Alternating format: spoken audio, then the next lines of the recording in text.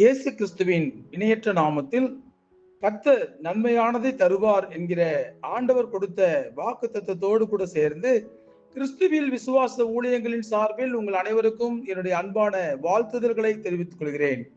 இன்றைய நாளுக்கான golden apple அப்போஸ்தலர் நடவடிக்கைகள் 16ஆம் அதிகாரம் 31ஆம் வசனம்.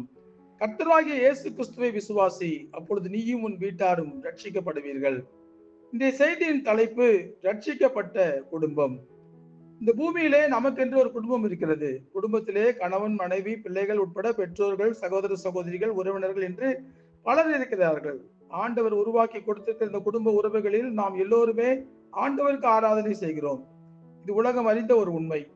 ஆனால் நம்முடைய குடும்பத்தில் எல்லோருமே ஆண்டவர் மீது மட்டும் விசுவாசம் வைத்து, நம்பிக்கை முழுவதையும் அவர் மீது வைத்து, நம்முடைய பாவங்களை எல்லாம் ஆண்டவருக்கு முன்பாக அறிக்கையிட்டு ரட்சிப்பின் அனுபவத்தை பெற்றுக்கொண்டு விட்டோமா என்பதை சற்று ஆராய்ந்து பார்த்தால் நம் ஒவ்வொருவருக்கும் மிக நன்றாக தெரியும் யார் யார் ரட்சிக்கப்பட்டவர்கள், யார் யார் குடும்பத்திலே அபிஷேகம் பெற்றவர்கள், யார் யார் குடும்பத்திலே ஞானஸ்நானம் எடுத்தவர்கள், யார் யார் ஆண்டவருக்கு பயந்து நடப்பவர்கள் என்பதை எல்லாம் எளிதில் நம்மால் சொல்லிவிட முடியும். ஆனால் எல்லோருமே கிறிஸ்தவர்கள் தான், எல்லோருமே ஆலயத்துக்கு செல்பவர்கள் தான், எல்லோருமே ரட்சிக்கப்பட்டவர்களா என்று பார்த்தால் இன்றைக்கும் பலர் ஜெப குறிப்பு கொடுத்து ஜெபிக்க சொல்லுகிறார்கள். என்ன தெரியுமா? எப்படியாவது என்னுடைய கணவர் அல்லது என்னுடைய மனைவி அல்லது என்னுடைய பிள்ளைகள் ரட்சிக்கப்பட வேண்டும் என்று ஜெப குறிப்பு எழுதி கொடுக்கிறார்கள். இதிலிருந்து என்ன தெரிகிறது என்றால், ஜெப குறிப்பு எழுதி கொடுப்பவர் ரட்சிக்கப்பட்டு விட்டார், ஆனால் குடும்பத்தில் உள்ள மற்றவர்கள் ரட்சிக்கப்படவில்லையே என்கிற கவலை அவரிடத்தில் இருக்கிறது என்று நாம் புரிந்து கொள்கிறோம். இது ஒரு நியாயமான காரியம்தான். ஒரு குடும்பத்தில் ஒருவர் மாத்திரமல்ல, அவரும் அவருடைய வீட்டாரும் ரட்சிக்கப்பட வேண்டும். இதைத்தான் ஆண்டவர் எதிர்பார்க்கிறார். ஒரு முழு குடும்பத்தையும் தன்னுடைய செட்டைகளின் நிழலுக்குள் கொண்டு வர நம்முடைய ஆண்டவர் விரும்புகிறார்.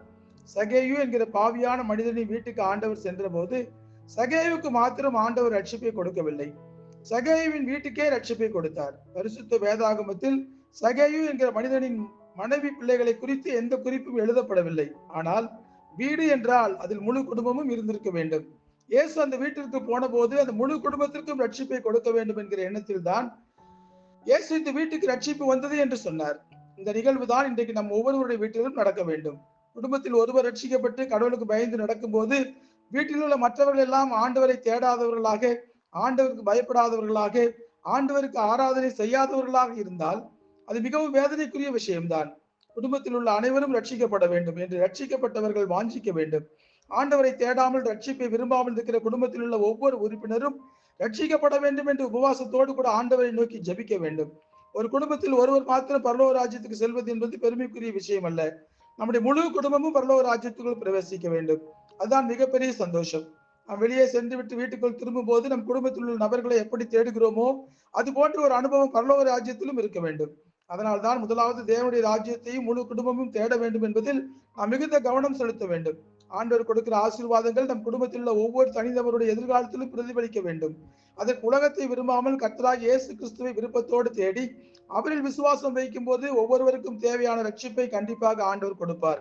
ஆகவே முழு குடும்பமும் கர்த்தருக்கு பயந்து நடக்க தீர்மானிப்போம். கர்த்தர் நன்மையானதை தருவார். ஆண்டவருடைய கிருபை உங்கள் அனைவரோடும் கூட எப்பொழுதும் இருப்பதாக. ஆமேன், ஆமேன்.